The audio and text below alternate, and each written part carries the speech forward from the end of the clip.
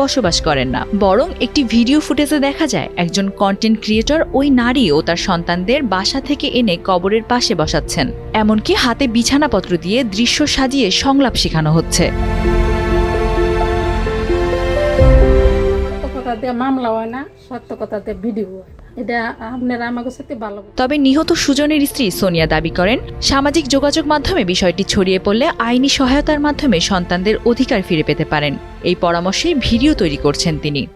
ওনারা যখন বলছে যে আপনি এটা করলে দেখা যাচ্ছে আপনার যদি এটা আইন প্রশাসনের মাধ্যমে যদি ওনারা দেখতে পায় আপনার পাশে এসে, যেহেতু কেউ দাঁড়াচ্ছে না, 20 দিন হয়ে গেছে, এটা আপনি যদি করেন, ওনারা আপনার পাশে যদি আসে, আপনার বাচ্চাদের যদি কিছু করে, আপনি এটা করতে পারেন। অন্যদিকে সোনিয়ার শ্বশুরবাড়ির লোকজনের অভিযোগ, অন্যের প্ররোচনায় এমন ভিডিও করা হচ্ছে। তাদের মতে বিষয়টি স্থানীয়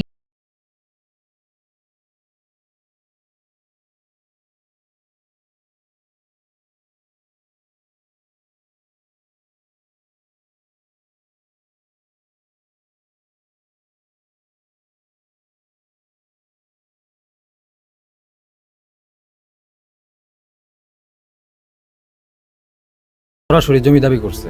জমি দাবি করার মাধ্যমে মানে একদম লাশ আটকে রেখে, সারাদিন লাশ আটকে রেখেছে আমার ভাইয়ার। লাশ আটকে রেখে উনি জমির দাবি করে, একটাই দাবি ছিল যে উনি জমি না আনে পর্যন্ত লাশ দাফন দিতে দেবে না। প্রতিবেশীরা জানান, সোনিয়া মাঝে মাঝে কবর জিয়ারত করতে আসেন, তবে ভিডিওতে যেভাবে দেখানো হচ্ছে তা পুরোপুরি বাস্তব নয়। ওরা যা করতেছে, যা করাইতেছে, দুটাই কর।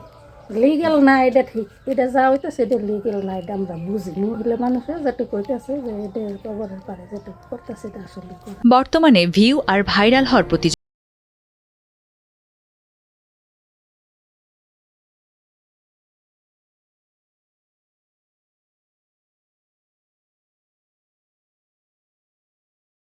today